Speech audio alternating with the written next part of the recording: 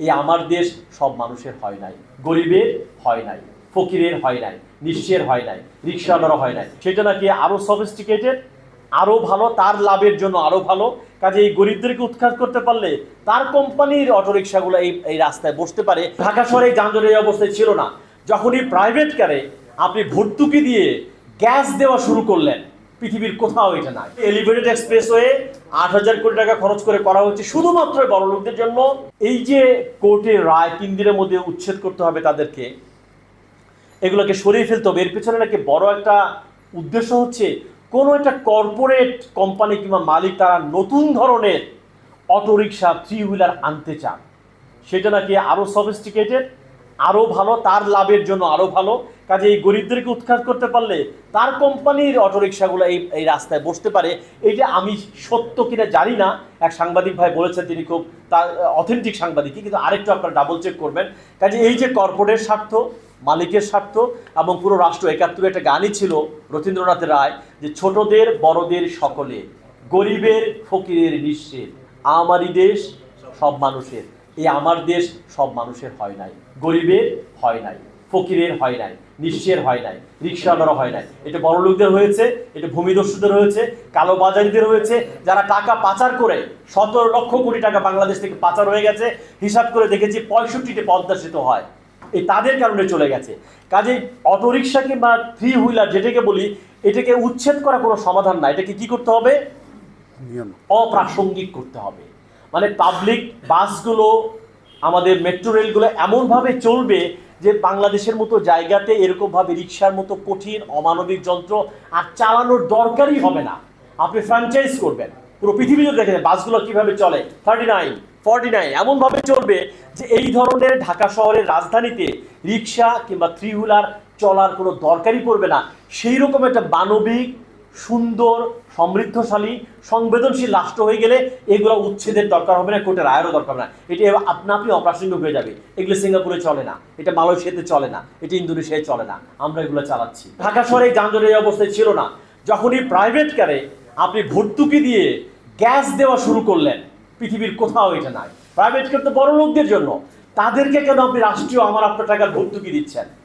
ভর্তুকি দিতে গণপরিবহনে, বাসে, যেখানে অনেক লোক একসঙ্গে যেতে পারে, সেখানে ভর্তুকি দিতে হয়।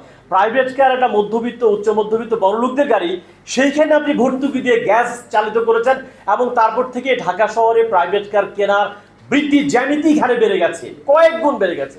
এবং ঢাকা শহরে যানজটের প্রধান কারণ আমি মনে করি এই অনিয়ন্ত্রিতভাবে প্রাইভেট কারগুলোকে রাষ্ট্রীয় ভর্তুকি দেওয়া এবং ওটা কন্ট্রোল না রাখা, এবং চাইলেই কেনা যায় না। সিঙ্গাপুরে উদাহরণ দেখেন, কিংবা ইভেন আমাদের পাশে ভারতবর্ষে চাইলেই আমি প্রাইভেট কার কিনতে পারি না। আমার ট্যাক্স কতটুকু দিই, আমি ফাঁকি দিই কিনা, আমার আয়ের সঙ্গে সঙ্গতিপূর্ণ কিনা।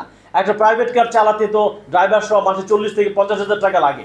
আমি যদি শিক্ষক, আমার বেতনই 80,000 টাকা, আমি কিভাবে তাহলে সংসার চালাবো? কাজে এই যে সিঙ্গাপুর কিংবা ইন্ডিয়াতে চাইলে চাল, তার ট্যাক্স আছে কিনা, সে ট্যাক্স ফাঁকি দেয় কিনা, এগুলো বিবেচনা করে প্রাইভেট কার কেনার অনুমতি দিবেন কি দিবেন না, সেই বিবেচনা থাকা উচিত ছিল, সেটা আমি দেয়নি। তার মানে কি হয়েছে? বাংলাদেশ রাষ্ট্র মালিকের, বাংলাদেশ রাষ্ট্র বড়লোকদের, এলিটদের, যারা শহরে থাকে তাদের জন্য, যারা গরিব, প্রান্তিক, রিক্সা চালায়, শ্রমিক, ভ্যান গাড়ি চালায়, তাদের জন্য এই রাষ্ট্র হয় নাই। ওই প্রাইভেট কারের জন্য দেখো এলিভেটেড এক্সপ্রেসওয়ে। আমার যদি প্রাইভেট কার নাই, আমি কিন্তু এলিভেটেড এক্সপ্রেসে উঠতে পারি না। আমি কিভাবে উঠি জানেন? আমাকে কিন্তু বাইরে একটু দেশে বিদেশে যেতে হয়, আমি পাবলিক বাসে উঠি। ওই যে ভিআইপি বাস, এটা নামে ভিআইপি, সব জায়গায় থামে এলিভেটেড এক্সপ্রেসওয়ে, বিআরটিসি, ওইখান থেকে আমি এয়ারপোর্ট থেকে নেমে তারপরে আসি। এবং এর কিন্তু সিএনজিও উঠতে দেয় না, কারণ ওই এলিভেটেড এক্সপ্রেসওয়ে 8,000 কোটি টাকা খরচ করে করা হচ্ছে শুধুমাত্র বড় লোকদের জন্য, শুধুমাত্র প্রাইভেট কার মালিক যারা আছে তাদের সুবিধা নেওয়ার জন্য। কাজে রাষ্ট্র যে সাধারণ নিম্নবিত্ত মানুষের হয় নাই, তার প্রমাণ কিন্তু এই।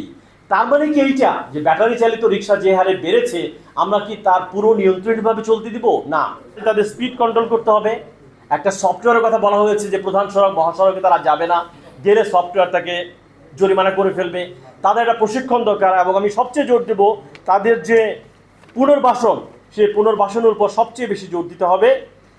এবং রিক্সাওয়ালার সঙ্গে যে মালিকের যে শ্রেণীগত দ্বন্দ্ব, এটা আমি দেখলাম যে রিক্সাওয়ালার প্রধান যে ঘাম শ্রমের মূল অংশটাই, সিংহভাগ টাকা মালিকরা নিয়ে নেয়, যিনি নিজে ঘাম এবং শ্রম চালায় না। এর বাইরে আরেকটা আমার ছাত্র এখানে আছে, আমি ক্লাস সবসময় বলতাম, ওই রিক্সাওয়ালা, ব্যাটারিওয়ালা রিক্সাওয়ালা শ্রমিক যখন তার আবার স্ত্রীকে বাসায় যে পেটায়, রিক্সাওয়ালা এবং তার শ্রমিক কিন্তু একই ক্লাসে, একই শ্রেণী, নিম্নবিত্ত শ্রেণী, ওর মধ্যে সে তার স্ত্রীকে বাসায় যাবার মারধর করে।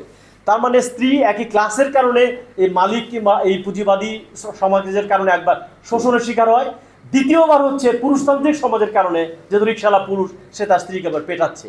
কাজে রিক্সা শ্রমিকের স্ত্রীর যে অবস্থা, মানবেতর অবস্থা, সে দুভাবে কিন্তু নির্যাতন শিকার হয়। এই আলোচনাগুলো আমাদের মধ্যে আনা দরকার। সংবাদ, ফিচার ও অনুষ্ঠানের জন্য ভিজিট করুন সংবাদ প্রকাশের ওয়েবসাইট এবং যুক্ত থাকুন ফেসবুক পেজ ও ইউটিউব চ্যানেলের সঙ্গে।